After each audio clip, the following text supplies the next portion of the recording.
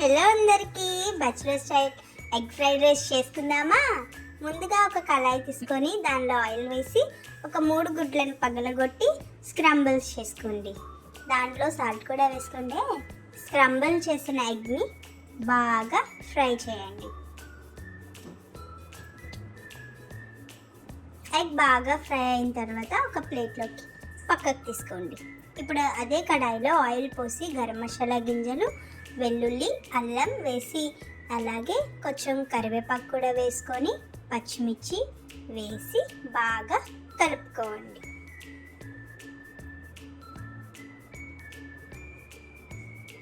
ఇది కొంచెం ఫ్రై అయిన తర్వాత క్యాప్సికమ్, క్యారెట్, ఆనియన్ వేసి బాగా సాట్ చేయండి. మరీ ఎక్కువగా ఫ్రై చేయొద్దే.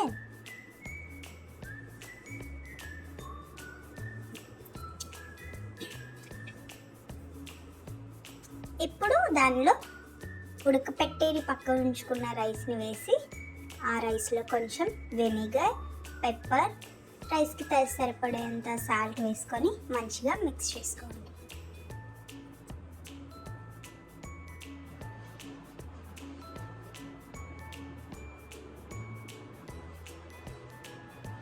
అలాగే పక్కన ఉంచుకున్న ఎగ్ కూడా వేసుకొని బాగా ఫ్రై చేసుకోండి.